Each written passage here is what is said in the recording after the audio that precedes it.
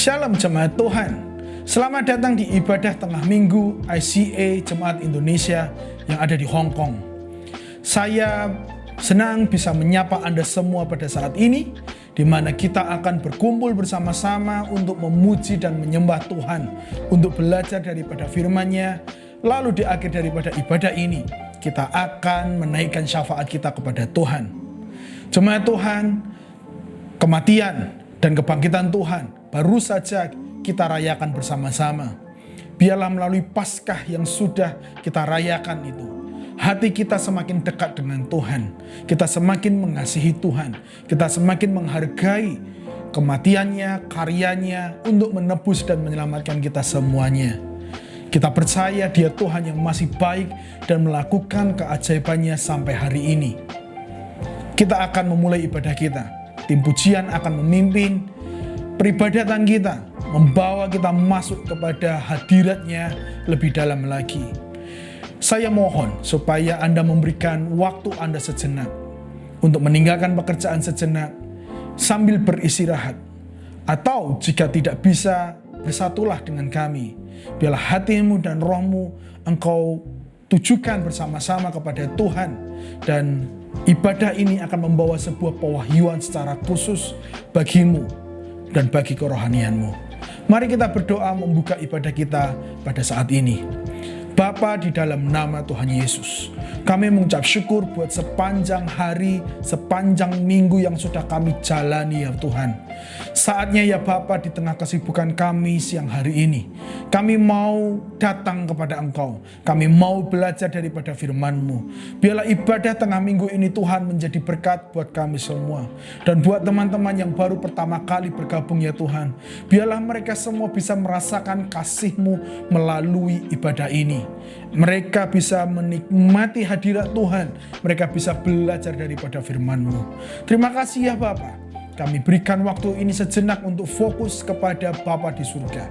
Melalui ibadah ini, kami mau disegarkan secara rohani. Dalam nama Yesus, haleluya. Amin, amin, amin. Jemaat Tuhan, mari kita bersama-sama memuji dan memuliakan nama-Nya. Shalom, jemaat yang terkasih dalam Tuhan. Saya ucapkan selamat siang. Mari kita berkumpul untuk kita kembali mengambil saat teduh. Kita akan memuji dan membesarkan nama Tuhan. Kita akan memuji Tuhan karena kita tahu bahwa Bapa adalah Bapa yang setia bagi kita, yang senantiasa menolong setiap kita.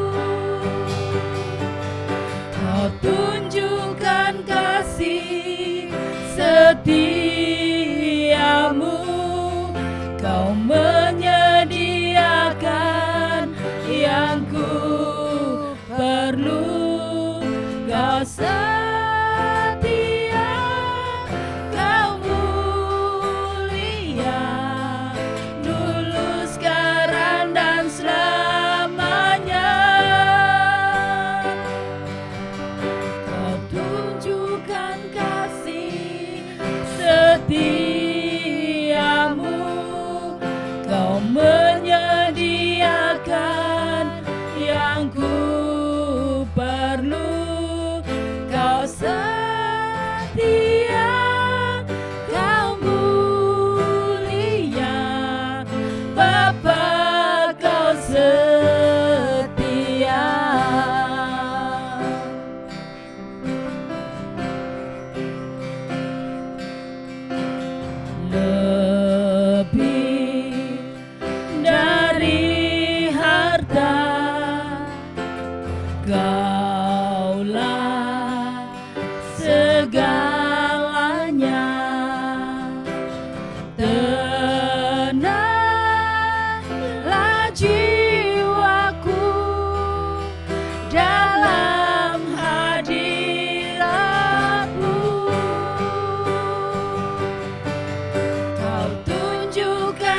kasih setiamu, Kau menyediakan yang ku perlu.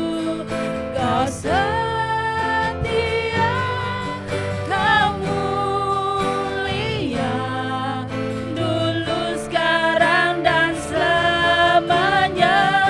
Kau tunjukkan kasih-Mu, Kau tunjukkan kasih setiamu,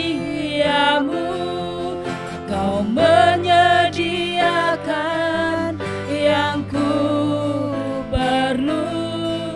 Kau setia, Kau mulia, Bapa, Kau setia. Kau tunjukkan kasih, Kau tunjukkan kasih setiamu, Kau menyediakan yang ku perlu. Kau setia, Kau mulia, Bapa, Kau setia. Haleluya. Terima kasih Tuhan, Engkau Allah yang setia, Allah yang mengasihi kami. Haleluya. Betapa dahsyatnya Engkau, Engkau yang menciptakan segala yang ada. Engkau Allah yang setia, Allah yang menolong kami. Terima kasih Tuhan, hanya Engkaulah Tuhan. Betapa dahsyat Engkau Tuhan, Pencipta segala yang ada, dulu, sekarang, sampai selamanya. Hanya Engkau Tuhan, tak terselami pikiran-Mu, tak terukur panjang setiamu, dulu, sekarang, sampai selamanya. Hanya Engkau Tuhan, ku sembah Engkau Yesus. Hanya Engkau Allah di hidupku, tiada yang lain, hanya Kau, hanya Engkau Tuhan. Selamanya Kau tetap Allah, walau dunia semua bergoncang, tak tergoyahkan, Kau tetap Allah.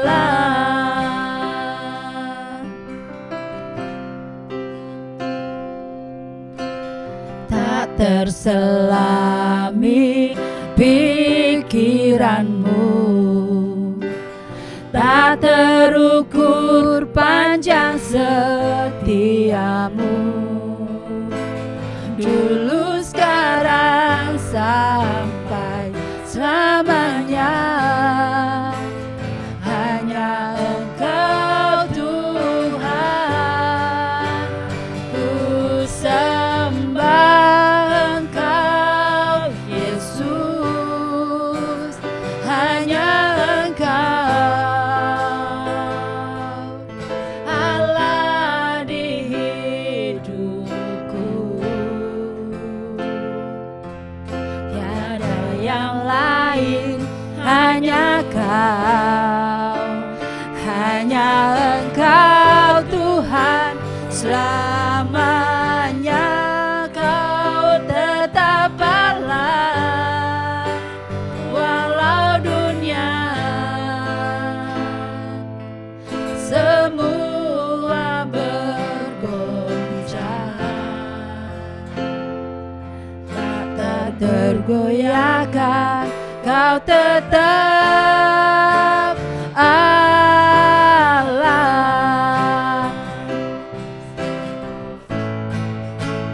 Ku sembah Engkau Yesus, hanya Engkau Allah di hidupku, tiada yang lain, hanya Kau, hanya Engkau Tuhan, selamanya Kau tetap Allah, walau dunia semua bergoncang, tak tergoyahkan, Kau tetap Allah.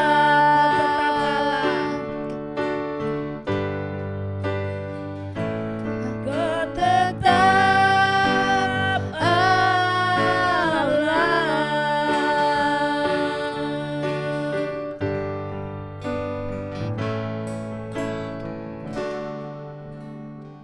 Haleluya, sebuah pujian yang sudah kita naikkan kepada Tuhan, dan Tuhan telah disenangkan melalui pujian dan penyembahan kita.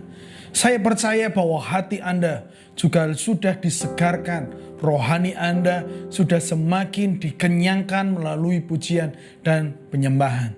Saatnya kita akan dikenyangkan melalui firman Tuhan.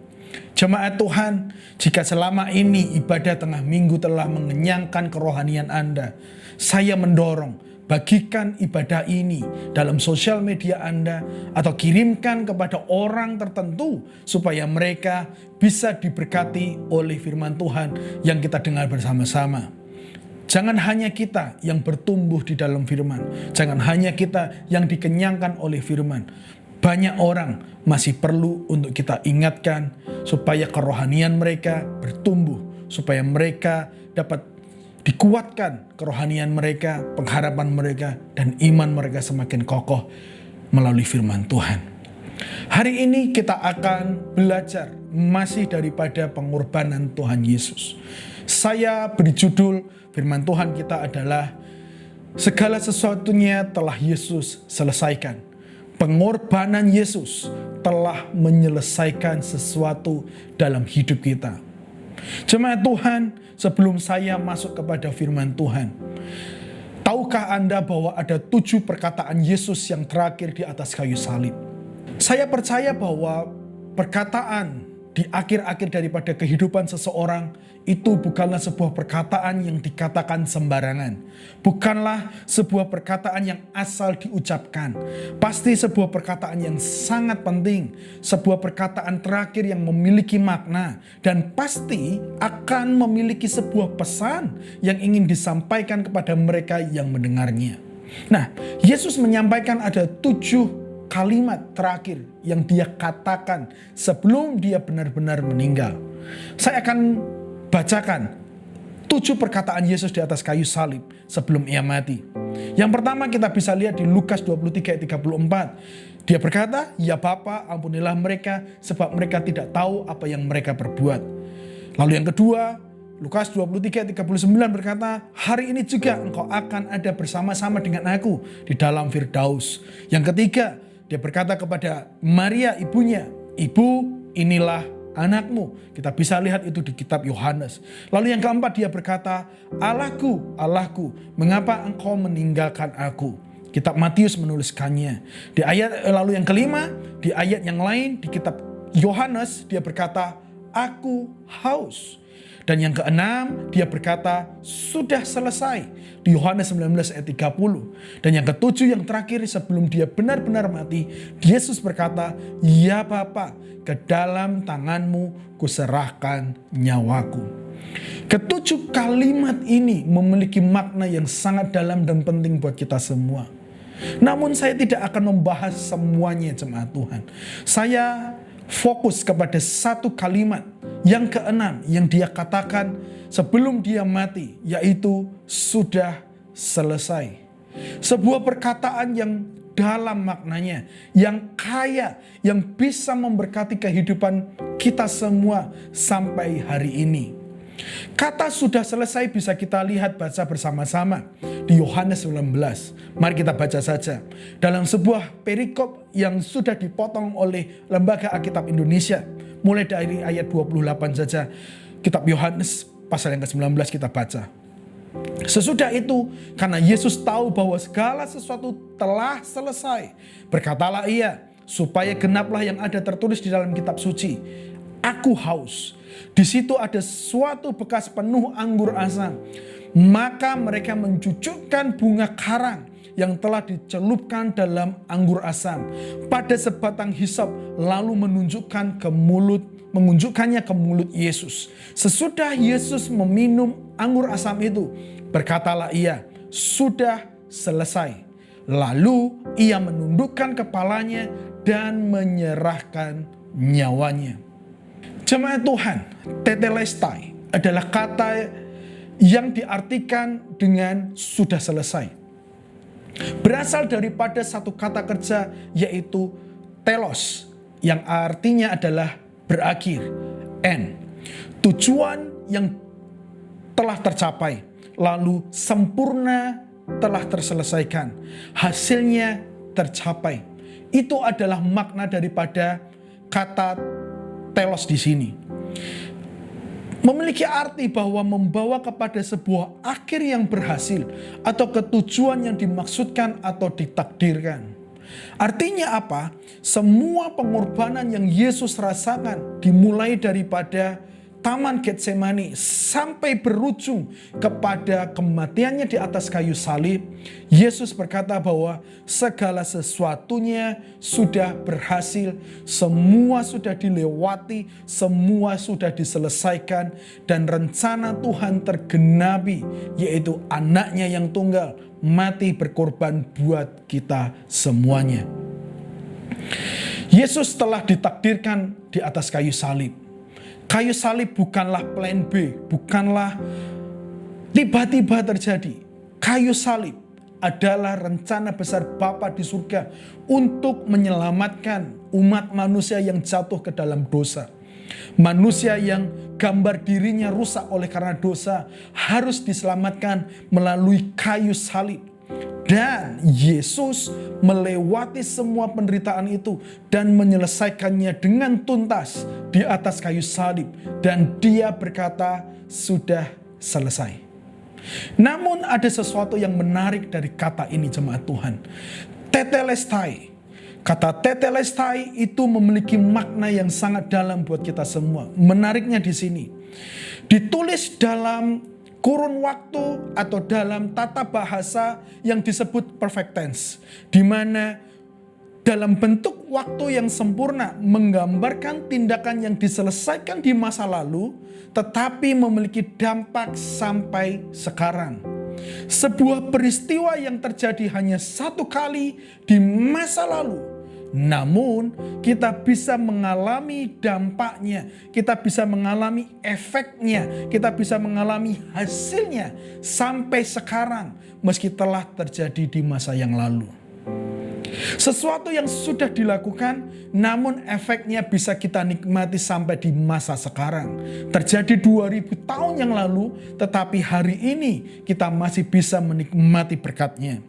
Kondisi yang sudah komplit dan komplitnya sampai sekarang. Hal ini menekankan bahwa peristiwa kematian Yesus di kayu salib telah diselesaikan di masa lalu. Namun berkat-berkat dari kematiannya masih bisa kita rasakan hari ini, bahkan di waktu-waktu yang akan datang. Tidak terbatas oleh waktu, tidak terbatas oleh masa, di mana setiap hari di masa-masa yang akan datang sekalipun, berkat daripada kematiannya ada buat kita semua bisa kita nikmati. Pengorbanan Yesus yang mungkin terjadi dalam sebuah ruang dan waktu di masa itu, hari ini kita bisa menikmatinya dan akan bertahan selama-lamanya. Itulah keunikan daripada kematian Tuhan.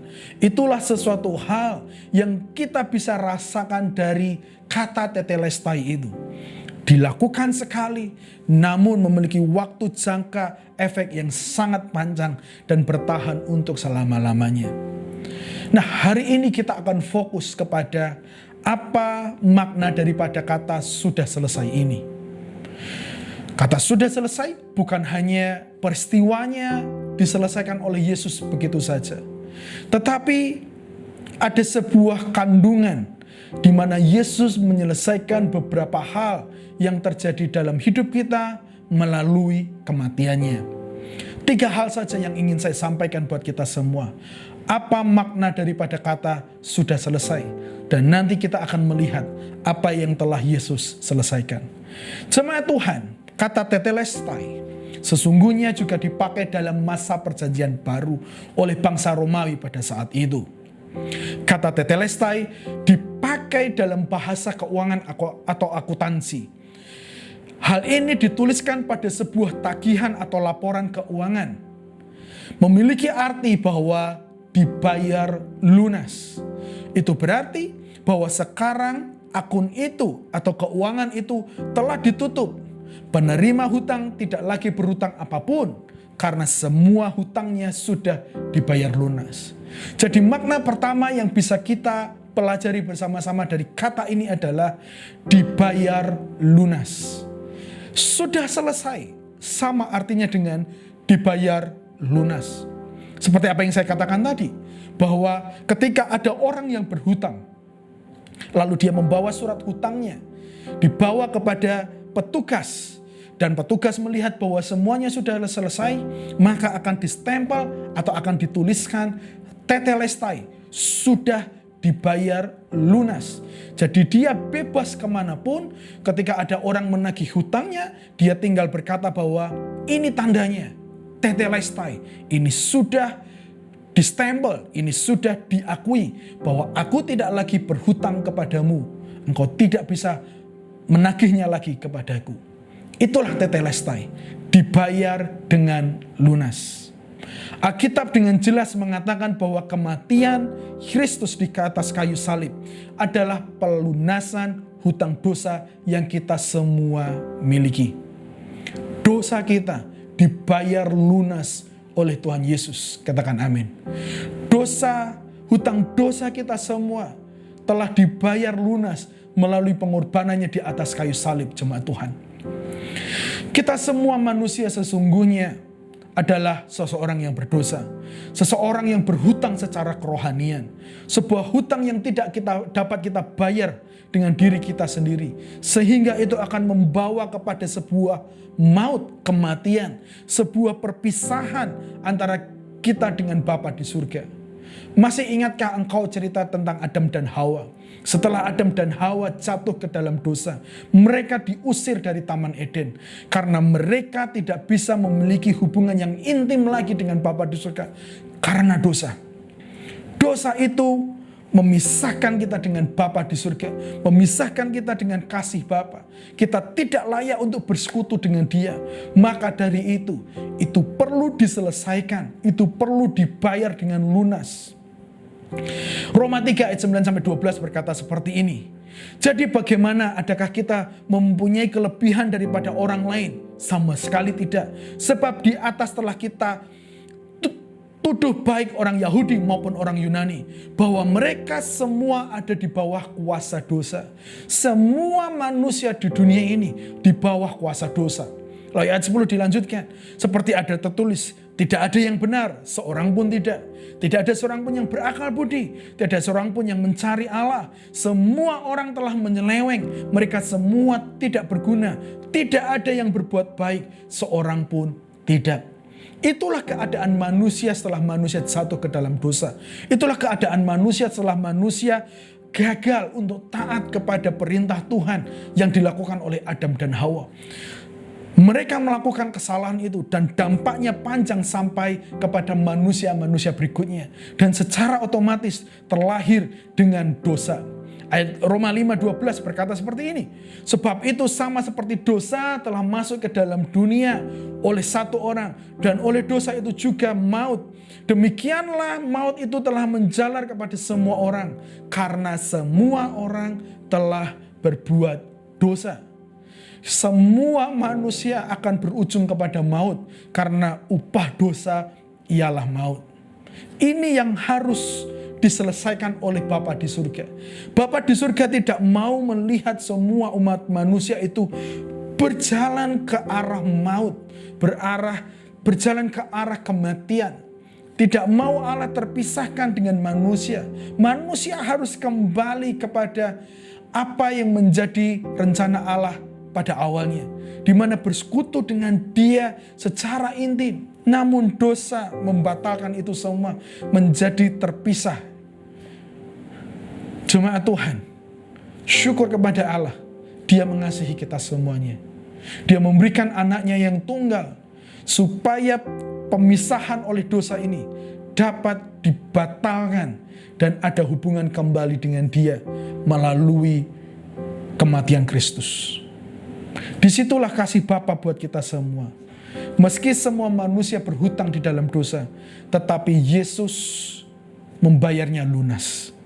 Meskipun manusia berhutang dosa, tapi Allah mau membayarnya lunas melalui anaknya yang tunggal. Pengorbanannya di atas kayu salib membayar hutang kita dengan lunas, sehingga kita tidak lagi berhutang. Ia menunjukkan kasih-Nya ketika kita masih berdosa atau berhutang, supaya kita semua bisa menjadi selamat. Sekali lagi syukur kepada Allah bahwa Dia telah memberikan anaknya yang tunggal, supaya hutang dosa kita dibayar lunas. Tetelestai. Kolose 2 ayat 14 dikatakan seperti ini. Dari satu terjemahan, kita sebenarnya telah melanggar hukum Allah. Karena itu kita berhutang kepadanya. Tetapi tuntutan atas utang itu telah dibatalkan. Karena Allah mengampuni kita. Ia memakukan tuntutan utang itu pada kayu salib. Ia memakukan tuntutan utang itu pada kayu salib. Dia bayar lunas semua hutang dosa kita. Bil, kwitansi, hutang dosa kita telah distempel dan diselesaikan secara lunas oleh Yesus buat kita semua. 1 Korintus 6 ayat 20 berkata, sebab kamu telah dibeli dan harganya telah lunas dibayar. Karena itu muliakanlah Allah dengan tubuhmu. Ayat ini ayat yang sungguh menggembirakan buat saya, yang menggema sejak daripada hari Jumat Agung lalu itu, bahwa Tuhan sudah selesai membayar hutang dosa saya, bahwa Tuhan sudah bayar lunas kehidupan saya, telah dibayar dengan harganya, telah lunas dibayar, telah dibeli dengan harga yang lunas. Bukankah itu sebuah berita yang menggembirakan jemaat Tuhan? 1 Petrus ayat 1:18-19. Sebab kamu tahu bahwa kamu telah ditebus dari cara hidupmu yang sia-sia, yang kamu warisi dari nenek moyangmu itu, bukan dengan barang yang fana, bukan dengan perak atau emas. Ayat 19 perhatikan. Melainkan dengan darah yang mahal, yaitu darah Kristus yang sama seperti darah anak domba yang tak bernoda dan tak bercacat. Engkau dan saya, kita semua umat percaya, telah dibayar lunas dengan tubuh dan darahnya yang mahal. Hari ini saya mendorong buat kita semua jemaat Tuhan. Mari kita mengucap syukur bahwa dia bayar lunas setiap hutang dosa kita. Ada seorang teolog, ahli teologi yang terkenal, seorang yang bernama Wayne Grudem. Dia berkata seperti ini, jika Kristus tidak membayar lunas hukuman, masih akan ada penghukuman yang tersisa bagi kita.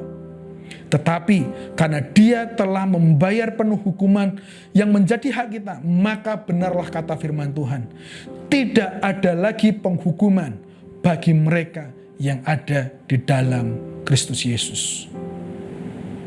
Tidak ada lagi penghukuman buat saya dan saudara, karena Yesus telah membayarnya lunas. Kita tidak perlu mati, kita bisa dikembalikan kepada persekutuan yang intim dengan Bapa di surga, karena hutang itu dibayar Tuhan, dibayar Yesus secara lunas. Jemaat Tuhan, saya mendorong, mari kita menikmati hubungan dengan Bapa di surga yang sudah dikembalikan melalui pembayaran lunas di atas kayu salib. Kita tidak akan terpisahkan lagi dengan Allah, karena penghalang itu sudah dibayar lunas.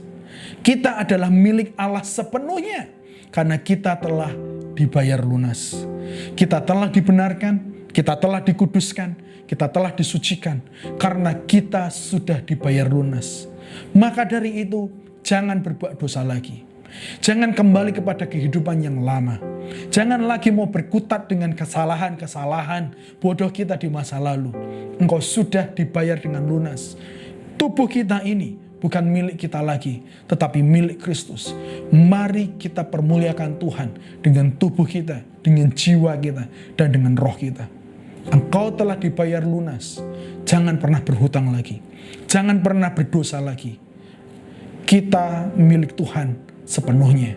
Nikmati persekutuanmu yang dalam dengan Tuhan. Dan yang kedua, apa sih maksud daripada tetelestai? Selain dipakai dalam dunia akuntansi atau keuangan, kata tetelestai juga dipakai dalam praktek hukum. Dalam abad pertama, merupakan praktek umum untuk memakukan lembar dakwaan seorang tahanan ke pintu selnya. Pelanggaran-pelanggaran yang dibuatnya dihukum tertulis di lembar dakwaan serta hukuman yang dijatuhkan kepadanya. Jadi pada saat itu dalam sebuah sel akan ada beberapa orang yang akan masukkan di sana, dan di pintu daripada sel itu akan dituliskan dakwaannya, apa yang menjadi kesalahannya, lalu hukumannya itu harus diselesaikan berapa lama. Jika dia sudah berhasil menjalani hukuman tersebut, maka kertas atau informasi itu akan dicabut, dan sekali lagi juga akan dituliskan tetelestai, yang berarti bahwa hukuman telah dijalani. Maka dia bisa bebas keluar dari sel itu, dia keluar dari penjara itu, dia bisa bebas melakukan kehidupannya. Tetapi jika ada orang yang berusaha untuk mengembalikan dia, menuntut hukuman yang harus dia jalani, dia tinggal berkata, ini adalah surat dakwaan itu, ini sudah bebas, aku sudah bebas, dan aku sudah menjalani hukuman tersebut. Tidak boleh ada dakwaan, tidak boleh ada tekanan, tidak boleh ada lagi hal-hal yang bisa menuntut dia untuk masuk ke dalam. Karena surat dakwaan itu sudah diselesaikan melalui hukum yang ia jalani. Dalam pengertian rohani, kita semua adalah tawanan iblis. Karena kita di bawah kuasa dosa. Kita semuanya sebelum kita dibebaskan, sebelum Kristus mati, kita ada di penjara sebuah dosa. Kita berusaha berubah, tetapi daging kita selalu gagal. Kita selalu hidup di dalam kuasa ikatan dosa itu. Semua orang telah berbuat dosa, ayat yang kita baca tadi. Dan itu membuat kita di bawah kuasa iblis. Kita tinggal menunggu hukuman mati. Kita tinggal menunggu persidangan. Dan kita harus menjalani itu semua sampai kekekalan. Namun menariknya, seperti apa yang dilakukan oleh Yesus. Yesus memberikan dirinya, menggantikan posisi kita dan dia menjalani hukuman itu. Ketika Yesus di atas kayu salib, dia yang kudus, dia yang tidak bersalah itu menjadi hina karena dosa kita. Dan dia rela menjalani hukuman itu supaya kita bisa dibebaskan. Supaya kita tidak lagi dituntut untuk menjalani hukuman tersebut. Supaya iblis tidak bisa mendakwa lagi dan meminta kita, menagih kita untuk menjalani hukuman tersebut. Yesus melakukannya buat kita semua. Yesus melakukannya untuk menyelamatkan kita. Dia rela menjalani hukuman mati tersebut yang pada prinsipnya harusnya kita yang menjalaninya. Tetapi dia lakukan supaya kita tidak terhukum. Dia menjalaninya buat kita semuanya. Yesaya 42 ayat 7. Inilah alasan mengapa Yesus diutus ke dunia. Untuk membuka mata yang buta. Untuk mengeluarkan orang hukuman dari tempat tahanan. Dan mengeluarkan orang-orang yang duduk dalam gelap dari rumah penjara. Jemaat Tuhan, untuk itulah mengapa Yesus mati buat kita semua. Supaya kita bisa keluar daripada tahanan iblis. Supaya kita bisa keluar dari sel gungkungan kuasa dosa. Menjadi orang yang bebas, menjadi orang yang merdeka, menjadi orang yang tidak lagi di bawah hukuman, karena kebenaran itu memerdekakan kita. Yesaya 61 ayat 1 berkata seperti ini, Roh Tuhan Allah ada padaku, oleh karena Tuhan telah mengurapi aku. Ia telah mengutus aku untuk menyampaikan kabar baik kepada sengsara dan merawat orang-orang yang remuk hati, untuk memberitakan pembebasan kepada orang-orang tawanan dan kepada orang-orang yang terkurung kelepasan dari penjara. Kita semua tidak lagi tertawan. Kita semua telah bebas oleh karena tubuh dan darah Yesus. Jemaat Tuhan, kita tidak perlu lagi menjalani hukuman dosa itu, karena Yesus telah menjalaninya bagi kita. Iblis tidak bisa lagi mendakwa kita supaya kita dihakimi, karena Yesus telah menjalani hukuman itu bagi kita. Kita telah menjadi bebas dari ikatan dosa karena Yesus telah menjalani hukuman bagi kita. Roma 8 ayat 1 berkata seperti ini. Jadi sekarang tidak ada lagi penghukuman untuk orang-orang yang ada di dalam Kristus Yesus. Melalui Dia, hukum roh yang memberikan kehidupan telah membebaskan kamu dari hukum dosa dan kematian. Haleluya. Sebuah berita yang menggembirakan. Bukan hanya dibayar lunas, tetapi hukuman itu tidak perlu kita jalani, karena Yesus sudah melakukannya buat kita semua. Dia ada menjadi perwakilan kita, on behalf of us. Dia mati untuk mewakili kita semuanya, yang seharusnya kita ada di atas kayu salib. Tapi Yesus melakukannya buat kita semua. Dia rela mati buat kita semua supaya kita tidak terhukum. Bukankah sebuah berita yang menggembirakan? Yang terakhir, jemaat Tuhan, apa maknanya daripada tetelestai atau sudah selesai itu? Bukan hanya dipakai dalam dunia akuntansi, dunia hukum, praktek hukum, tapi juga dalam dunia militer. Ketika seorang jenderal atau seorang pimpinan daripada militer kembali dari medan perang dan mengarak tawanan perangnya di jalan-jalan Romawi pada saat itu, dia berseru mewartakan kemenangannya dengan berkata, tetelestai, tetelestai. Dengan kemenangan ini teriakan pernyataan yang jelas dibuat bahwa musuh telah ditaklukkan dan kekuatannya hancur. Misi telah berhasil. Jadi makna yang ketiga daripada kata tetelestai ini adalah kemenangan sudah diperoleh. Kemenangan sudah ada di tangan. Peperangan sudah selesai.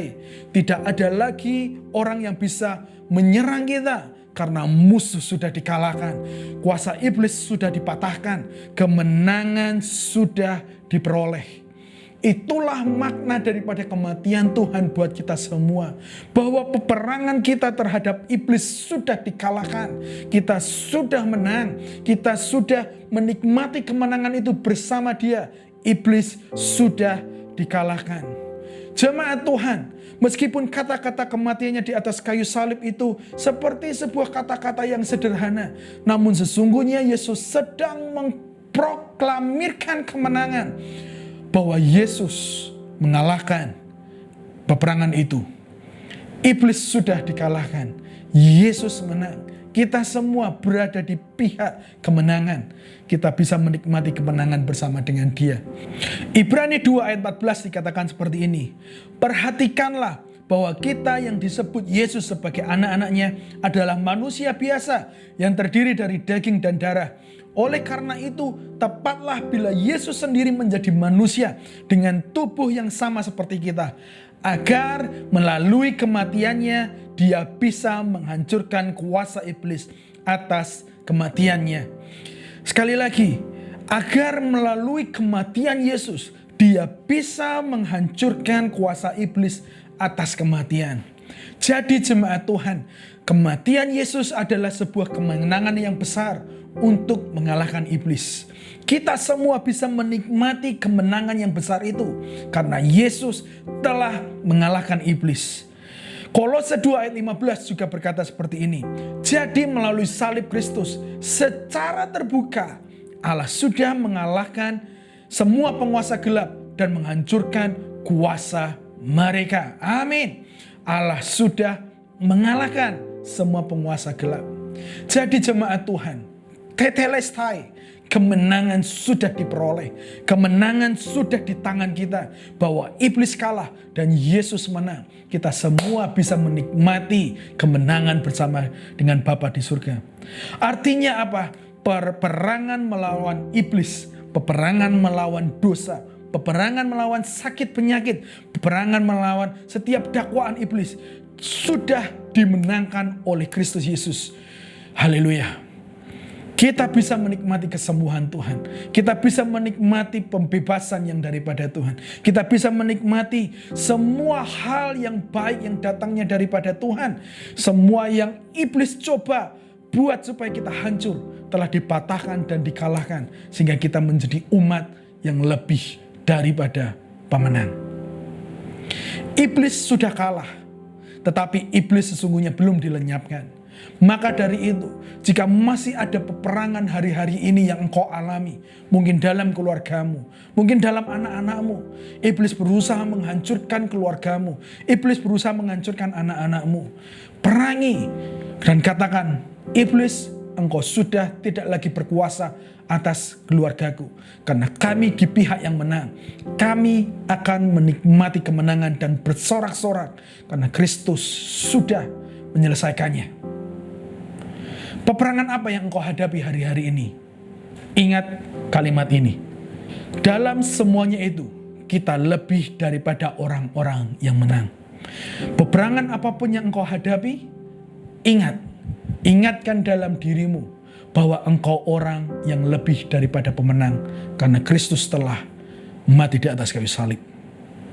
Mungkin atas penyakitmu. Katakan, hai penyakit, peperangan ini kami yang akan menjadi pemenangnya. Kami akan sembuh karena Yesus sudah menang, iblis sudah kalah. Saya akan tutup dengan satu ayat firman Tuhan yang menjadi landasan buat kita semua untuk bisa mengingat kemenangan lepas kemenangan dalam peperangan kita. 1 Korintus 15 ayat 54 sampai 57. Dan sesudah yang dapat binasa itu mengenakan yang tidak dapat binasa, dan yang dapat mati ini mengenakan yang tidak dapat mati, maka akan genaplah firman Tuhan yang tertulis, maut telah ditelan dalam kemenangan. Hai maut, di manakah kemenanganmu? Hai maut, di manakah sengatmu? Sengat maut ialah dosa, dan kuasa dosa ialah hukum Taurat. Tetapi syukur kepada Allah yang telah memberikan kepada kita kemenangan oleh Kristus Yesus Tuhan kita. Syukur kepada Allah yang telah memberikan kepada kita kemenangan oleh Kristus Yesus Tuhan kita. Jadi jemaat Tuhan, Jangan pernah khawatir lagi tentang apapun. Iblis sudah dikalahkan. Jangan pernah terlalu takut dalam hidup ini. Jangan pernah terlalu ragu dalam hidup ini. Pada akhirnya kita akan mengalami kemenangan yang daripada Tuhan. Jikapun Tuhan izinkan sesuatu terjadi, kemenangan adalah bagian kita semua. Kemenangan adalah tujuan akhir daripada kita. Karena Dia sudah memberikan kemenangan itu terlebih dahulu buat kita semua. Beristirahatlah di dalam hadirat Tuhan. Tetaplah tenang bersama dengan Dia. Banyak peperangan yang harus kita jalani. Tetapi pada akhirnya Yesus di pihak kita. Siapakah yang akan menjadi lawan kita? Apa yang bisa dilakukan oleh iblis? Tidak ada. Dia hanya bisa menyerang kita. Tetapi kemenangan itu akan pasti kita lihat karena Kristus ada di pihak kita. Percayai, Yesus sudah selesaikan semua. Maka akan ada terjadi kesembuhan bagi Anda yang sakit. Tuhan telah memberikan kuasa kepada kita untuk melawan setiap dosa. Engkau tidak akan lagi jatuh ke dalam dosa jika engkau mau melawannya dengan kuasa yang diberikan oleh Yesus. Dan tidak boleh ada lagi kekhawatiran, ketakutan, keraguan tentang masa depan. Karena kita adalah umat yang lebih daripada pemenang. Pengorbanan Yesus menyelesaikan segalanya. Ia bayar dengan lunas. Ia telah menjalani hukuman itu. Dan Ia memberikan kemenangan buat kita semua. Apa yang sudah Yesus selesaikan? Hutang dosa kita sudah diselesaikan. Hukuman dosa sudah Dia jalani. Dan peperangan kita sudah dimenangkan melalui Kristus Yesus saja. Hari ini saya mendorong. Jangan pernah lagi kembali kepada kehidupanmu yang lama. Jangan pernah kembali lagi ke kebiasaan yang dulu. Jangan pernah kembali kepada kehidupan yang tanpa tujuan. Jangan pernah lagi merasa tertuduh oleh semua peristiwa yang terjadi di masa lalu. Jangan pernah merasa lagi ada kutuk keturunan atau merasa bahwa kita tidak berharga. Yesus sudah menyelesaikan semuanya. Yesus bayar dengan lunas. Yesus jalani setiap hukuman. Dan Yesus telah memberikan kemenangan buat kita semuanya. Ayat terakhir menutup firman Tuhan secara keseluruhan. 1 Korintus 15 ayat 58. Oleh karena itu saudara-saudari yang saya kasihi, bertahanlah. Jangan biarkan apapun menggoyahkan keyakinanmu. Berikanlah dirimu sepenuhnya untuk pekerjaan pelayanan Tuhan Yesus. Karena kita tahu bahwa dengan pimpinan Tuhan, apapun yang kita kerjakan tidak akan pernah sia-sia. Segala jerih payahmu kepada Tuhan tidak ada yang sia-sia. Maka teruslah bertahan dan alami kemenangan yang daripada Tuhan. Hari ini kami sudah belajar daripada firman-Mu ya Tuhan. Mengucap syukur bahwa Engkau sudah menyelesaikan bagi kami semua. Sebuah perkataan terakhir yang begitu dalam buat kami. Maka hari ini kami mengucap syukur. Kami tidak akan pernah lagi hidup di dalam kehidupan yang lama. Kami akan menikmati persekutuan yang lebih dalam intim dengan Engkau. Dan kami juga akan mengalami kemenangan lepas kemenangan atas peperangan yang harus kami jalani hari-hari ini. Mungkin dalam kesehatan, mungkin dalam ekonomi, mungkin dalam keluarga kami. Iblis berusaha untuk menghancurkannya. Tapi kami patahkan dalam nama Yesus. Atas tubuh dan darah yang sudah diberikan, kami mengalami kemenangan yang daripada Tuhan. Terima kasih ya Tuhan.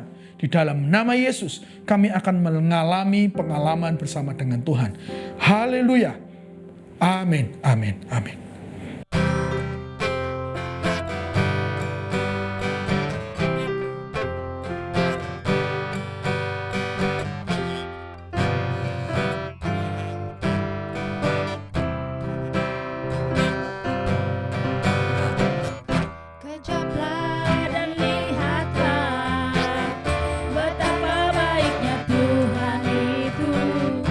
Rasakan dan nikmati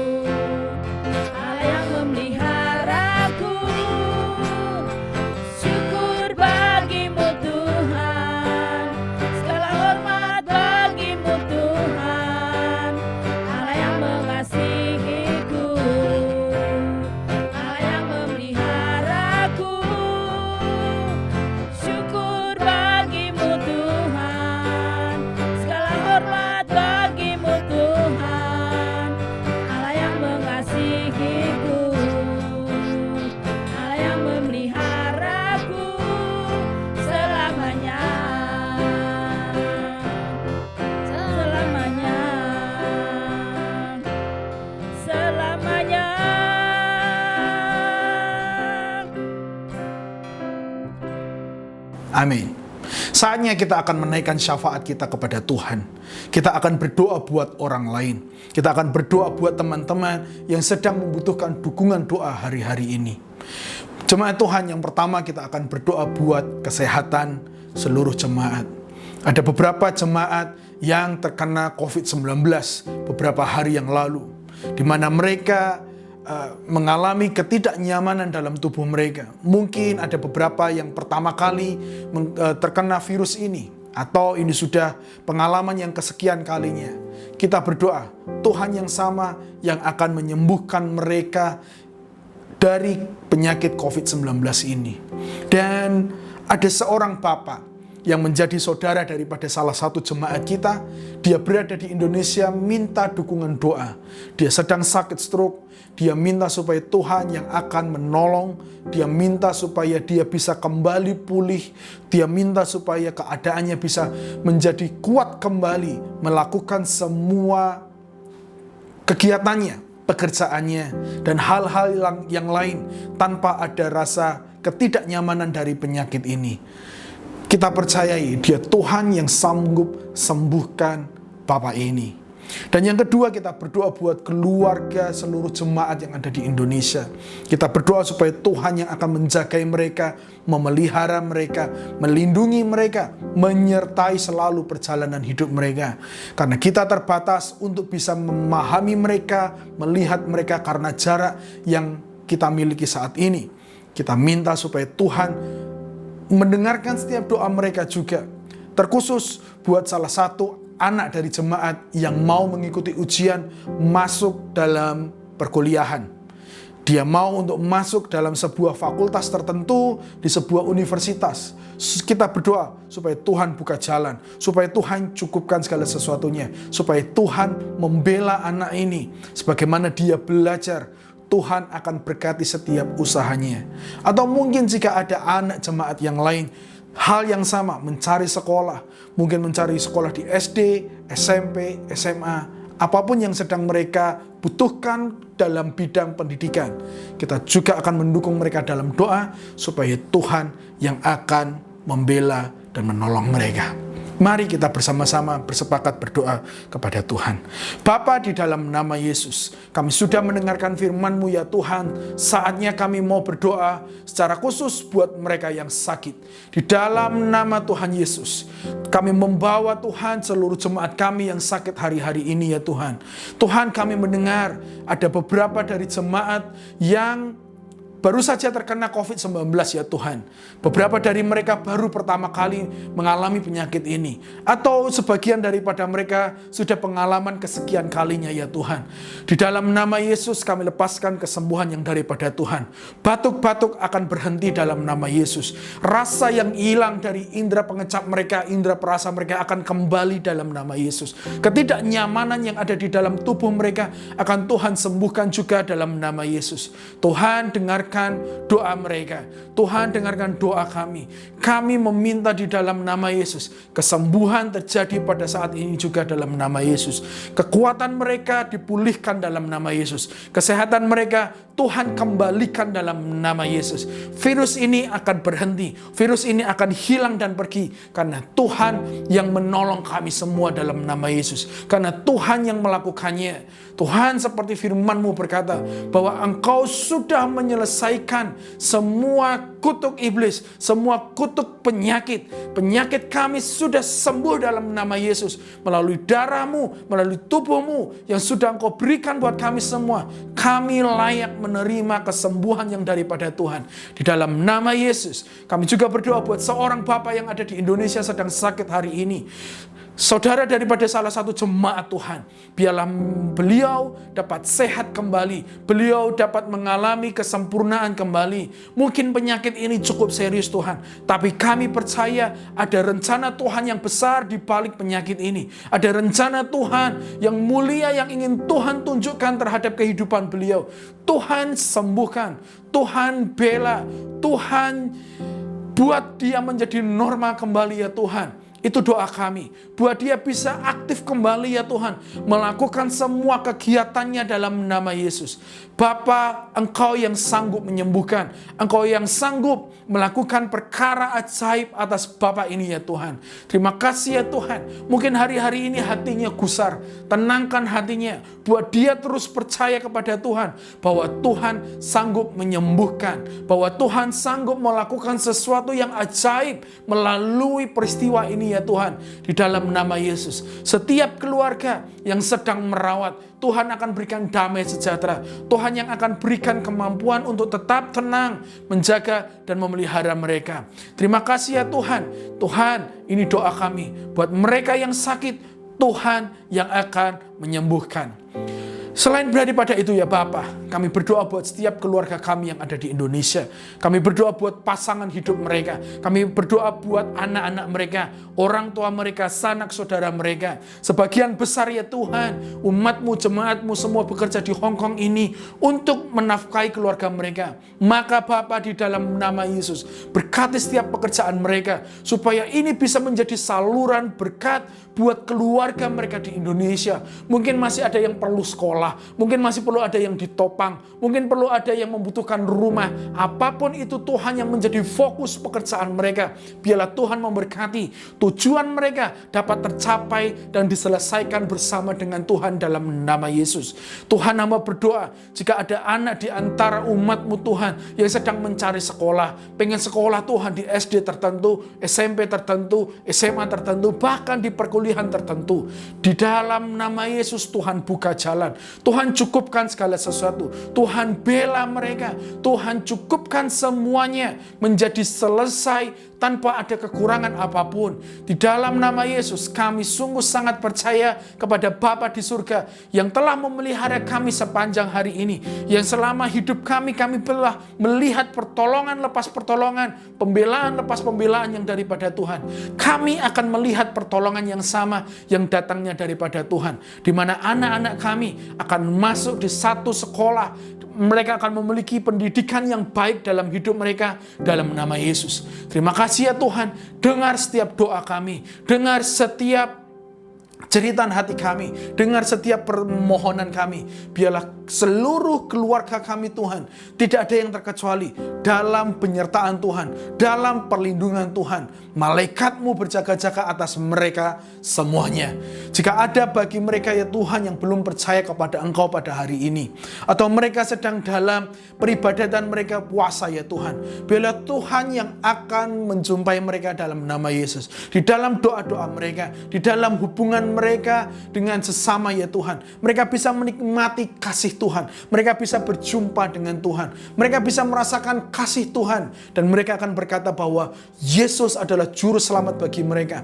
Kami percaya keselamatan turun atas keluarga kami yang belum percaya kepada Engkau. Mereka akan menyembah Engkau, mereka akan mencari Engkau, Yesus, penyelamat dan penolong hidup mereka. Terima kasih ya Tuhan, terima kasih ya Tuhan. Engkau dengar setiap doa kami semua yang kami sampaikan, maupun yang ada di hati kami yang tidak tersampaikan kepada siapapun. Engkau tahu kedalaman hati kami semua. Engkau tahu apa yang sedang kami hadapi, yang kami hidupi hari-hari ini. Bapalah penolong kami. Bapalah tempat sandaran kami. Bapa adalah tempat di mana kami bisa mengadu, dan Engkau satu-satunya yang kami andalkan dalam hidup ini. Terima kasih ya Tuhan. Kami mau berpisah dan melanjutkan aktivitas kami masing-masing. Tuhan memberkati, Tuhan menjagai, Tuhan yang akan menyertai semua ya Tuhan. Terima kasih ya Bapa. Kami akan tutup ibadah kami pada saat ini. Kami siap menerima berkat-Mu dalam nama Yesus. Jemaat Tuhan, angkatlah kedua tangan-Mu. Sejenak bersama-sama kita akan mengimani, menerima berkat yang daripada Tuhan. Angkat tanganmu dan dengarkanlah firman Tuhan. Tuhan memberkati engkau dan melindungi engkau. Tuhan menyinari engkau dengan wajah-Nya dan memberi engkau kasih karunia. Tuhan menghadapkan wajah-Nya kepadamu dan memberikan engkau damai sejahtera-Nya. Biarlah kasih anugerah, limpah rahmat dari Tuhan kita Yesus Kristus, serta persekutuan yang indah bersama dengan Roh Kudus mengawali setiap langkah kita, keluar masuk kita hari ini sampai kekal selama-lamanya. Amin. Terima kasih ya Tuhan. Kami terima berkat-Mu. Kami tutup ibadah kami pada saat ini. Hanya di dalam nama Tuhan Yesus, kami sungguh mengasihi Engkau. Haleluya. Amin, amin, amin. Jemaat Tuhan, terima kasih atas perhatiannya. Sampai jumpa minggu depan dan selamat melanjutkan aktivitas Anda. Tuhan Yesus memberkati.